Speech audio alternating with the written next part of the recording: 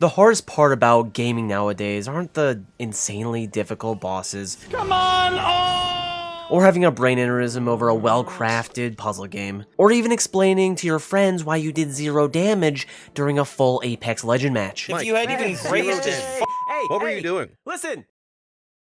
I tried. It's watching a franchise that you've enjoyed for so many years gradually descend into a moo-moo milk factory. We've seen it many times with Skyrim and GTA 5 being released on the last 3 generations of consoles, 343 imploding one of the greatest FPS series of all time in Halo. Good. And unfortunately, Ubisoft's announcement with yearly releases of Assassin's Creed way back in 2010. I love the early installations of Assassin's Creed like 1, 2, Brotherhood, not you, and Black Flag. The games of current years have changed into having a new character and setting with each new release, as well as adding new RPG elements like leveling, rarities of gear to strengthen your character, and advancement in their combat system. But it makes sense. Ubisoft has to keep people engaged by throwing a bunch of arbitrary damage numbers on the screen, while sliding in a smooth microtransaction whenever the opportunity arises. Due to the new changes, it drove a lot of the original fans to find greener pastures. Whether it be in the form of the Uncharted series to experience an epic story with an amazing character in Nathan Drake, or fulfilling the urge to act as the true assassin you've always wanted to be in the Dishonored series. And as the expression goes, out with the old and in with the new. We're seeing fresh faces pick up Origins, Odyssey, and Valhalla, which is great. Pre-order Assassin's Creed Odyssey and unlock your very own unicorn. Power to the players. But now Ubisoft wants to cater to their lost fans with Assassin's Creed Mirage by saying, we're revisiting the roots. And boy, did they make that clear. To the roots. Back to the roots. Back to the roots. Back to the roots. They're baiting us with nostalgia, the greatest weapon of psychological consumerism, and my god, it might work. Before you pull the trigger on that tantalizing $50 price tag, here's what you should expect and to remember on why Assassin's Creed Mirage will never be the same as the originals.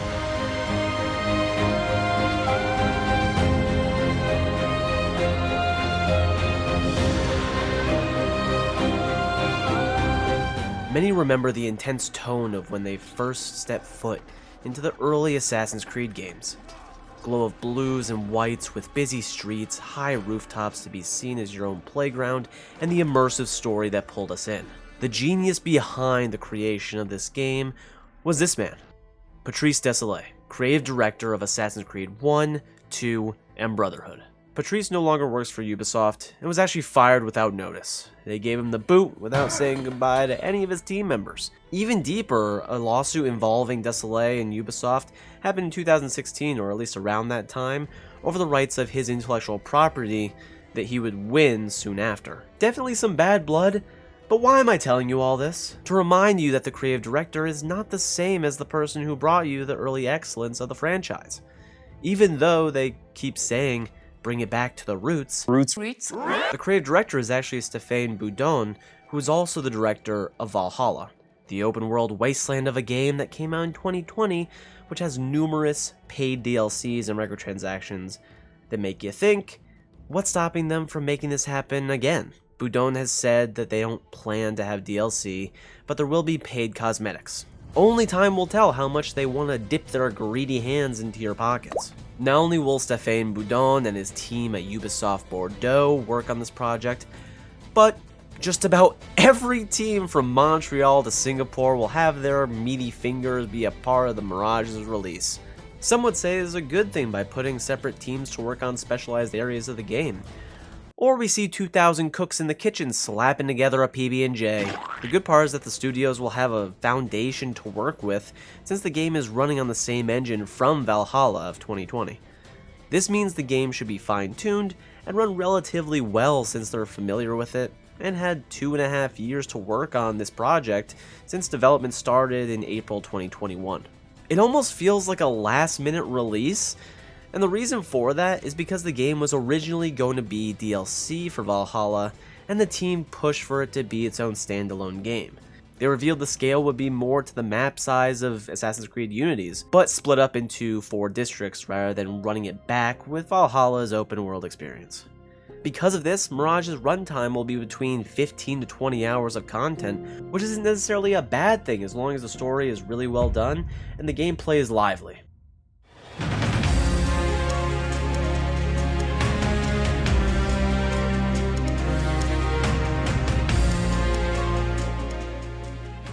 During the game preview, it seems that combat has been changed to reflect more of Assassin's Creed 1 with a sword and parrying dagger, rather than being able to change weapons and styles of play. This would make it hard to fend off larger groups of enemies if it weren't for your toolbar to give you a get out of jail free card with the smoke bombs. It seems they're trying to drive you into the stealthy approach that we've seen in the past. Hopefully the new fans who love swinging massive hammers and axes at a crowd of Templars don't jump off a building because of this. Into a fluffy pile of hay, of course. Along with that, this is said to be the fastest assassin you've ever played in Basim, but he's the exact opposite. He's broad and slow with snappy parkour movements compared to the systems we've seen previously. It reminds me of that feeling you get when you're riding in someone's car and they don't gradually press on the gas to move forward, but instead will press on the gas and then stop, press on the gas and then stop, making me involuntarily launch my lunch at the windshield. It doesn't look like a fluent experience and seems awkward at the sight. They do explain that there are parkour highways where they made strings of parkour moves that connect along rooftops, which might mask that initial feeling. Who knows? But I will say, after watching the Assassin's Creed Mirage launch celebration stream, the voice actors sound great. Roshan's voice actress, Shohreh Aghdashloo, has one of the most unique and incredible voices I've ever heard. Basim ibn Ishaq. And Basim's voice actor, Lee Majdoub, said that his character's voice will develop as the game progresses from an arrogant street thief into a deeper and more confident hidden one, even stating that his breathing will slowly evolve as you play, and you have to give points to that attention to detail. The assassin focus power also looks interesting, where you can path multiple assassinations together, definitely different from the realistic feel of the originals, but having fun powers to play will always be a plus in video games because they're fiction. Go pick up Corn and Farming Simulator if you want a real-life experience. And in a major nostalgia rush, this team decided to have 2 color filters on this game. The one you've seen in all the trailers and gameplay, more oranges and browns and vibrant colors, while the other one is an iconic color filter, which creates that soft blue and intense white tones to give us that Assassin's Creed 1 look. Damn, they're good. So while the gameplay might lack in some ways, in others it shines. The details they implemented into your experience will be subtle, or not so subtle, but authentic in every way.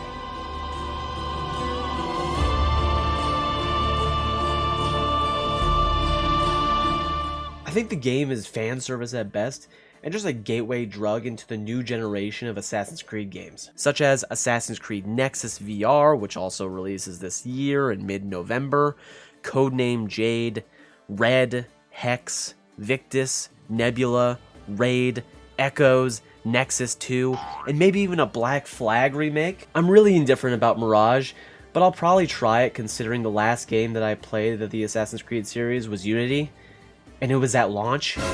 This video isn't to show any hate towards the game or anyone involved, because honestly, if you're excited about this release, that's great. It's more to bring light of some things you might not have known and hear opinions from a random guy that's played video games for the last 25 years. I hope it's good. I want it to be good.